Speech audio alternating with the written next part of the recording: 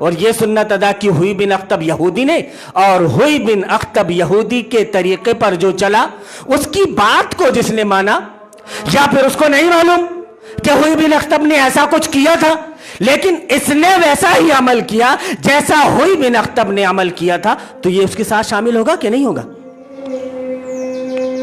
نادانستگی میں صحیح آپ نے کوئی ایسا کام کر لیا جو اللہ کی رضا کے لیے ہو، تو کیا آپ کو اس کا ثواب ملے گا کہ نہیں ملے گا؟ نادانستگی میں ہی صحیح آپ نے زہر کھا لیا، تو کیا اس کا ری ایکشن آپ کی باڈی میں ہوگا یا نہیں ہوگا؟ تو آپ جانو یا نہ جانو، آپ کو سمجھ میں آئے یا نہ آئے، لیکن جو حق ہے وہ حق ہے، جو باطل ہے وہ باطل، اور جو حق ہوگا وہ علن اعلان ڈنکے کی چوٹ پر کہہ رہا ہوگا کہ آؤ، جو بات یہاں سے پیش کی جا رہی ہے اس بات کو غلط ثابت کرو۔ تمہارے پاس تو کوئی راستہ موجود نہیں رہا۔ پہلے مولانا محترم رحمت اللہ علیہ، اللہ ان کے جنت میں درجات کو بلند فرمائے، ان کی مغفرت فرمائے، کہ ان کے سلسلے میں کہتے رہے کہ انداز ایسا، الفاظ ویسے، میرا تو انداز ویسا نہیں ہے۔ کہتے رہے کہ یہ تفہیم القرآن سے مولانا مودودی کے حوالے سے بات پیش کر رہے ہیں۔ میں تو تفہیم القرآن کا نام آپ کے سامنے نہیں لے رہا ہوں، میں تو مولانا مودودی کا نام آپ کے سامنے نہیں لے رہا ہوں۔ تو پتہ یہ چلا کہ ان مکاروں کو مولانا محترم کے انداز سے یا مولانا مودودی کی تفہیم القرآن سے کوئی سروکار نہیں تھا۔ ان کو تکلیف تھی تو اس بات سے، کیوں کہ جب بھی حق کی بات پیش ہوگی، جب بھی قرآن کی بات لوگوں کے سامنے پیش کی جائے گی، تو شیطان کے پیٹ میں درد شروع ہو جائے گا، اور جو شیطان ہوگا وہ تعویلیں پیش کرے گا کہ ایسا، ارے ویسا، یہ تھوڑا یہ دیکھو، تھوڑا وہ دیکھو، تھوڑا یہاں جاؤ، تھوڑا وہاں جاؤ، تھوڑا ان کو ایسا دیکھو، تھوڑا ان کو ویسا دیکھو۔ اگر مخلص ہوتا تو یہ بولتا کہ اس کے ذاتی عمل کو چھوڑو، قرآن اور حدیث کے حوالے سے جو بات وہ پیش کر رہا ہے ان باتوں کو سن لو۔ اس طرح سے آپ نے وہی کام کیا، آپ نے وہی کام کیا جو وسیم رضوی نے کیا۔ اس نے پٹیشن داخل کی، آپ نے پٹیشن داخل نہیں کی، عوام کے دماغ میں پٹیشن داخل کی آپ نے، عوام کے دماغ سے اس بات کو نکالا کہ یہ قرآن ایک سسٹم کی کتاب ہے، یہ قرآن ایک قانون کی کتاب ہے، یہ قرآن ایک سمویدھان کی کتاب ہے، اور آج نبی کا امتی اسی بات کو نہیں جانتا۔ مولوی بڑا کہہ رہا ہے، بات کہہ رہا ہے کہ نہیں صاحب، اس کو ایسا نہیں بولنا چاہیے، اس کو ایسا نہیں کرنا چاہیے تھا، لوگوں نے کفر کا فتویٰ لگا دیا۔ ارے جو عمل سے قرآن کے قانون کا انکار کر رہے ہیں مفتیوں، ان کے اوپر تم کیا فتویٰ لگاؤ گی؟ جو اللہ کے نظام کو چھوڑ کر نظام جمہوریت کے پابند بنے ہوئے ہیں، جو اپنی پوسٹوں میں، ابھی کل ہی میں نے ایک پوسٹ پڑھا تو بیان کیا جا رہا ہے کہ بی جے پی بنگال میں یہ چاہ رہی ہے کہ الیکشن رمضان المبارک کے دنوں میں رکھا جائے۔ ہوتا یہ ہے کہ مسلمان صبح سے اٹھتے ہیں، ایک مولوی سمجھا رہا ہے کہ ہوتا یہ ہے کہ مسلمان صبح سے اٹھتے ہیں اور نماز فجر پڑھ کر سو جاتے ہیں، 11-12 بجے اٹھتے ہیں، ظہر کی نماز کے لیے چلے جاتے ہیں، کچھ تھوڑا بہت تلاوت کرنا رہتا ہے انہیں، پھر عصر کی نماز پڑھے افطاری کی تیاری میں لگ جاتے ہیں۔ تو اس طرح سے وہ ووٹ دینے نہیں جائیں گے۔ تو میرے بھائیوں، مولویوں تک کے بھی یہ بات کو پہنچا دو کہ ممبر رسول سے یہ بات لائیں کہ جس نے روزہ رکھ کر ووٹ دیا وہ دوہرے اجر کا مستحق ہوگا، اس کو ڈبل ثواب ملے گا۔ نعوذ باللہ من ذالک، اعوذ باللہ من الشیطان الرجیم۔ ایسے مردود سے جو یہ باتیں کر رہا ہے کہ تمہارا نماز کوئی کام کی نہیں، تمہارا روزہ کوئی کام کا نہیں، تم سیکولر ڈیموکریسی کو ووٹ دو گے، تم اپنی جان کے خاطر اپنے ایمان کا سودا کرو گے۔ تمہارے اسلاف وہ تھے کہ جنہوں نے اپنی جانوں کا سودا کیا اپنے دین کے خاطر، اپنی جانوں کو قربان کر دیا اس دین کے خاطر، لیکن تم دین کو قربان کر رہے ہو جان کے خاطر۔ تو سمجھو دونوں میں بہتر کون ہوا؟ اب تم یہ گلے شکوے کرو کہ ہمارے ساتھ ایسا ہو رہا ہے، اتنا ظلم کیا جا رہا ہے، ہمیں اتنا پریشان کیا جا رہا ہے. ارے تمہیں تو اگر جوتے مارے جائے یا تمہارے جسم کی ایک ایک بوٹی پلاس سے یا پنچس سے پکڑ پکڑ کر کھینچی جائے تو کم ہے. کیوں کہ تم نے اللہ کی آیات کا، قرآن کا اتنا مذاق اڑایا ہے جتنا مذاق یہودیوں نے تورات کا نہیں اڑایا ہوگا، عیسائیوں نے انجیل کا نہیں اڑایا ہوگا، داؤد علیہ السلام کے ماننے والوں نے زبور کا نہیں اڑایا ہوگا. وہ تو بدل دیتے تھے اس کو، اور جو احکام کو بدلتے نہیں تھے، خود قرآن نبی کریم صلی اللہ علیہ وسلم کے حدیث میں ملتا ہے کہ آپ صلی اللہ علیہ وسلم کے پاس فیصلے کے لیے لایا گیا تو اس آیت پر انہوں نے انگلی رکھ لی. جو آیت رجم کی تھی اس آیت پر انہوں نے انگلی رکھ لی اور آگے پیچھے کا پڑھ کر سنا دیا اور آیت رجم کو حذف کر رہی تھی. ان سے جب پوچھا گیا کہ اچھا یہ تو یہ انگلی ہٹا کر کے ذرا دیکھو، یہاں پر یہ تو ہے، کہاں ہاں ہے تو، لیکن یہاں پہ اگر آپ ان سے پوچھو تو کہیں گے کہ نہیں، وہ آپ امت دعوت ہیں، بڑے بڑے گیانی ہیں صاحب، آپ کو دعوت آپ کو بولیں گے کہ آپ امت دعوت ہیں، آپ صرف توحید کی دعوت دینے آئے ہیں. لوگوں کو بتائیں کہ اسلام کیا ہے، غیر مسلموں میں اسلام کی دعوت دے صاحب. قرآن پکڑے اور ایس پی صاحب کے پاس جائیں، صاحب یہ قرآن ہے، اس کو نہا دھو کر ہی پکڑنا صاحب، اس کو سمجھنا صاحب، آپ پھر سمجھ میں آئے تو اسلام کو قبول کر لینا. کتنی میٹھی دعوت ہے صاحب. یہ مکہ میں اگر آپ کا نبی نماز پڑھے صلی اللہ علیہ وسلم، آپ صلی اللہ علیہ وسلم اگر نماز پڑھیں تو ان کے اوپر اونٹ کی اوجڑی ڈال دی جائے، اور اگر آپ یہاں پر نظام باطل میں نماز پڑھو تو آپ کو اورنج کلر کا گمچھا مل جائے نماز پڑھنے کے لیے. کتنی اچھی دوستی ہے صاحب آپ کی، کتنا اچھا دین کو آپ نے سمجھا ہے، کتنا اچھا اسلام کو آپ نے سمجھا ہے صاحب. اتنا اچھا نبی صلی اللہ علیہ وسلم نے نہیں سمجھا تھا صاحب کہ وہ نماز پڑھ رہے ہیں تو ان کے پیٹھ پر اونٹ کی اوجڑی ڈالی جا رہی ہے، اور تم نماز پڑھ رہے ہو تو تم کو سہایتا مل رہی ہے. جس دن تمہارا یوم الدعا ہے اس دن پانی کا پورا انتظام، ساری چیزوں کا پورا انتظام، آپ جیسا چاہو کر سکتے ہو. کتنی اچھی سیٹنگ ہے صاحب. کیوں؟ پتہ یہ چلا کہ شیطان اب آپ سے مطمئن ہے کہ آپ کے اندر وہ دھار باقی نہیں رہی، وہ بات باقی نہیں رہی جو آپ کے نبی جناب محمد رسول اللہ صلی اللہ علیہ وسلم کے اندر اور آپ صلی اللہ علیہ وسلم پر ایمان لانے والے صحابہ اکرام رضوان اللہ علیہ مجمعین کے اندر موجود تھی. اسی لیے وہ آپ کی سہایتا کر رہا ہے، اسی لیے وہ آپ کی مدد کر رہا ہے. اور آپ یہ سمجھ رہے ہو کہ کتنے اچھے اخلاق ہیں صاحب، ہمارے کتنے اچھے اخلاق ہیں، اور ان کے ساتھ تو ہمارا گھروبہ ہے صاحب. آپ نے کیا سمجھایا دین؟ کیا سمجھا؟ قرآن کو کیا پڑھا؟ کیا اس کے مطابق تمہارا عمل ہو رہا ہے؟ آپ نے صرف اسی کو دین سمجھ لیا جو مولوی ممبر رسول پر کھڑا ہو کر آپ کے سامنے پیش کر رہا ہے. میں کسی کے اوپر تان تشنی کرنے والا کوئی نہیں ہوتا، یا میرا مقصد یہ نہیں کہ میں کسی کو نیچا دکھاؤں. میرے بھائیوں، جب بات اگر اسلام پر آئے گی تو دل یہاں پر جلتا ہے. اگر آپ سچے مسلم ہو، اللہ پر ایمان لانے والے ہو، تو خون اندر سے آپ کا کھولتا ہے. آپ کیسے برداشت کر لو گے کہ کوئی اسلام کے سلسلے میں غلط تعویلات پیش کر کر لوگوں کے ذہن کو صاف کر رہا ہے، برین واشنگ کر رہا ہے ان کی؟ کیسے برداشت کر سکتا ہے ایک وہ انسان جس نے اسلام کو سمجھ لیا ہے؟ اب یہاں پر کھڑے ہو کر وہ یہ بتا رہا ہے کہ اصل دین نماز روزہ حج زکوٰۃ نہیں، تو آپ کھڑے ہو کر نماز روزہ حج زکوٰۃ کے اوپر صاحب انگلی اٹھاؤ کہ یہ ایسا وہ ویسا. آپ کا کلمہ ہی کمپلیٹ نہیں ہوا، آپ نے لا الہ الا اللہ کے تقاضے کو ہی پورا نہیں کیا، آگے کی کیا بات کرتے ہو آپ؟ میرے بھائیوں، اسی لیے ہماری گزارش ہے کہ سنو، میں جو یہاں پر کھڑا ہوں اپنے لیے میری اپنی ذمہ داری ہے کہ جو کچھ میں نے دین سمجھا ہے اس کو حوالے کے ساتھ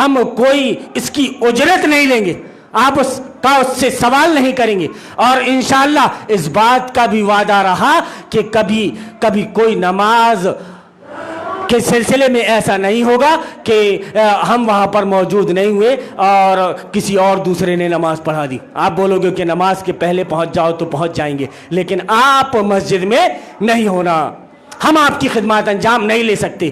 جبکہ اس کے بعد مسئلہ یہ بھی ہے کہ آپ سے ہم اجرت نہیں لے رہے ہیں، 10-15 ہزار روپے جو مولوی کو دے رہے ہو آپ، وہ آپ کا بچے گا۔ مسجد کا 15,000 روپے مہینے کا اگر بچ رہا ہے تو سوچ لیجئے 12 مہینے کا کتنا بچے گا، تو مسجد کا ہی فائدہ ہوگا۔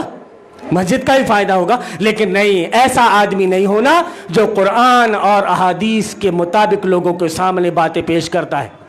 کوئی مسجد اگر ہمیں دے دیتا ہے، کیا لیجیے صاحب آئیے آپ یہاں پر بغیر اجرت کے امامت کرائیں، انشاءاللہ اس دن سے جمعہ مسجد بند۔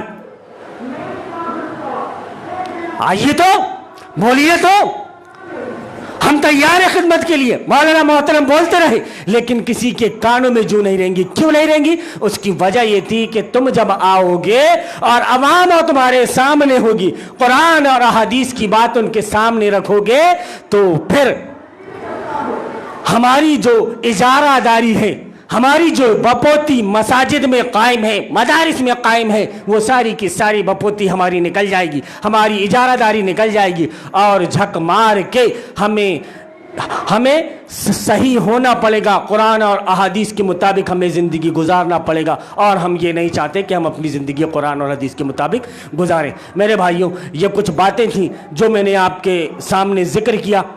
آپ سب سے گزارش ہے کہ جو بھی باتیں یہاں پر پیش کی جا رہی ہیں کتاب اللہ اور سنت رسول اللہ کی روشنی میں آپ عمل کریں، لوگوں کو دعوت دیں، سمجھائیں۔ لوگ ایکٹیو ہیں اپنے اپنے مسلک کو لے کر، اپنے اپنے فرقے کو لے کر، آپ دین اسلام کو لے کر ایکٹیو ہو جائیں تاکہ دنیا تک یہ پیغام پہنچ جائے، دنیا تک اللہ کی بات پہنچ جائے، دنیا جو ضلالت اور گمراہی میں بھٹک رہی ہے وہ راہ راست پر آ جائے۔ پھر وہ دن دور نہیں کہ انتم الاعلون ان کنتم مؤمنین، تم ہی سر بلند رہو گے بشرطے کہ تم مومن ہو۔ اللہ رب العالمین سے دعا ہے کہ اللہ رب العالمین ہمیں ان باتوں پر عمل کرنے کی توفیق دے۔ اللہم ارنا الحق حقا وارزقنا اتباعہ وارنا الباطل باطلا وارزقنا اجتنابہ، آمین یا رب العالمین۔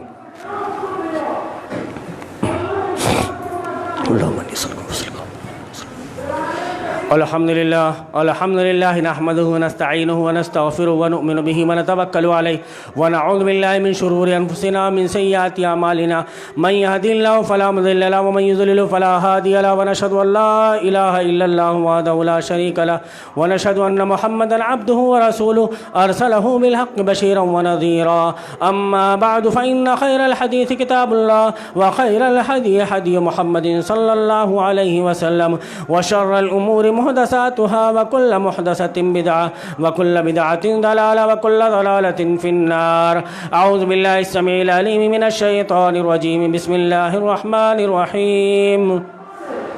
إن الله وملائكته يصلون على النبي يا أيها الذين آمنوا صلوا عليه وسلموا تسليما، اللهم صل على محمد وعلى آل محمد كما صليت على إبراهيم وعلى آل إبراهيم إنك حميد مجيد، اللهم بارك على محمد وعلى آل محمد كما باركت على إبراهيم وعلى آل إبراهيم إنك حميد مجيد، اللهم انصر من نصر دين محمد صلى الله عليه وسلم واجعلنا منهم، وخذل من خذل دين محمد صلى الله عليه وسلم ولا تجعلنا منهم، آمين۔ عباد اللہ رحمكم الله، إن الله يأمركم بالعدل والإحسان وإيتاء ذي القربى وينهى عن الفحشاء والمنكر والبغي يعظكم لعلكم تذكرون، اذكروا الله يذكركم وادعوه يستجب لكم، ولذكر الله تعالى أعلى وجل وأتم وأكبر۔